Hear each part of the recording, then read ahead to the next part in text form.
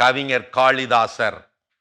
கிபி 4-5ஆம் நூற்றாண்டு இந்திய கவிஞர் இவர், நாடக ஆசிரியர் இவர். அவர் வாழ்க்கையில் நடந்ததாக கூறப்படக்கூடிய இந்தியா முழுவதும் நினைவலைகளில் உலா வருகின்ற நிகழ்வு இது. சொல்லவா என்னுடைய பாணியில? காளிதாசர் பல தேசங்கள் பயணித்து பல மகான்களை கண்டு பல பண்டிதர்களை வென்று காவிய கவி உலகில் முடிசூடா கவி மன்னராக திகழ்ந்த நேரம் அது. ஒரு நாள் ஒரு கிராமத்து வழியே போய்க் கொண்டிருந்தார். ஒற்றையடி பாதை வழியே போய்க் கொண்டிருந்த போது வறண்டு போனார். அந்த ஊரில் இருந்த வழி ஓரத்திலே புறம்பே இருந்த குடிசை வீட்டிலே வசித்து வந்தால் ஒரு பாட்டி. 100 வயது ஞான பாட்டி அவள். பாட்டி, தண்ணீர் கிடைக்குமா? தாகமாயிருக்கிறேன். தாராளமாக. யாரப்பா நீ? தான் யார் என்று தனது கவி பண்டிதத்தை சொன்னால் படிக்காத பாட்டிக்கு என்ன புரிந்துவிடப் போகிறது என்று நினைத்தபடி சொன்னார் காளிதாசர். நான் ஒரு யாத்ரிகன் பாட்டி. அதென்னப்பா அப்படி யாத்திரிகன் என்று சொல்லிவிட்டாய்? யாத்ரீகன் என்றால் யார் தெரியுமா? உலகத்திலே 2 பேர் தான் யாத்ரீகர்கள்.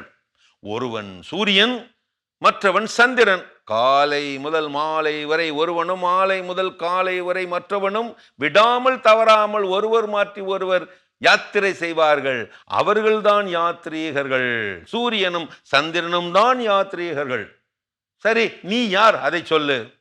கொஞ்சம் தடுமாற ஆரம்பித்த காளிதாசர் சொன்னார், சரி பாட்டி, அப்படி என்றால் நான் ஒரு விருந்தாளி, அதிதி என்று வைத்துக் கொள்ளுங்களேன். தம்பி, நீ ஏதோ விவரம் புரியாம பேசிக்கிட்டு இருக்க, அர்த்தம் புரியாம பேசிக்கிட்டு இருக்கிற. ஒன்னு அதிதிங்கிற. உலகத்திலேயே 2 பேர் தான் அதிதிகள், விருந்தாளிகள், வந்து போகிறவர்கள். ஒன்று இளமை, இன்னொன்று செல்வம்.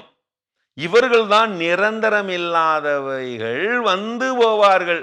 அதை விடு, நீ யாரு? அதை சொல்லு. இந்த நாட்டுப்புற பாட்டிக்கு இவ்வளவு விவரமா என்று திகைத்தபடியே மேலும் கொஞ்சம் தடுமாற ஆரம்பித்த காளிதாசர் சொன்னார், சரி பாட்டி, அப்படி என்றால் நான் ஒரு பொறுமைசாலி என்றே வைத்துக் கொள்ளுங்களேன். தண்ணீர் கொடுங்கள். இப்போது கேட்டவுடன் வாய் விட்டு சிரித்தே விட்டால் அந்த பாட்டி. உனக்கு விவரமே தெரியாதா?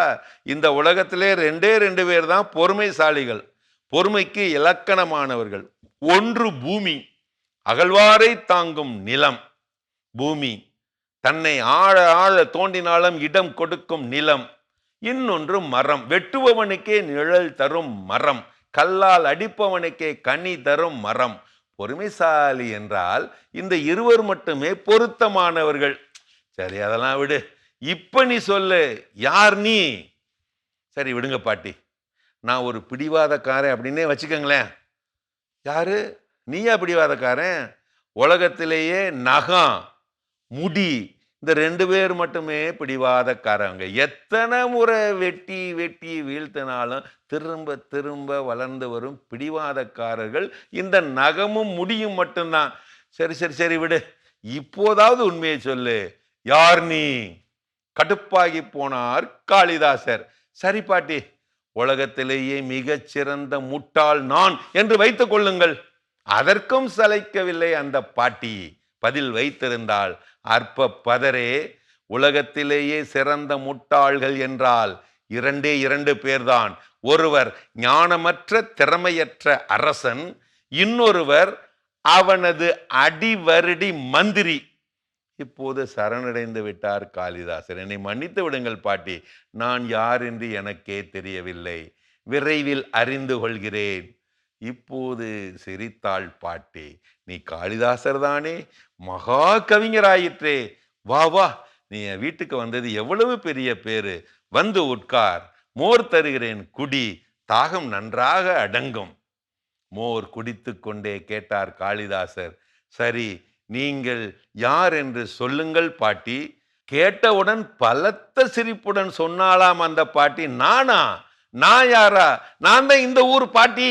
இப்படித்தான் அதி மெத்த படித்த புலமைகள் கூட தங்களையே யார் என்று கேட்டுக்கொண்டால் ஒரு சாதாரண மனித ஜீவன் என்றுதான் உணர்வார்கள். தன்னை அறிதலே ஞான பயணத்தின் ஆரம்பம் என்கின்றார் அரிஸ்டாட்டில். அதனால் தான் அடுத்தவரை அறிந்தவர் அடுத்தவரை ஆள்கிறார், தன்னை அறிந்தவரே தரணியை ஆள்கிறார்.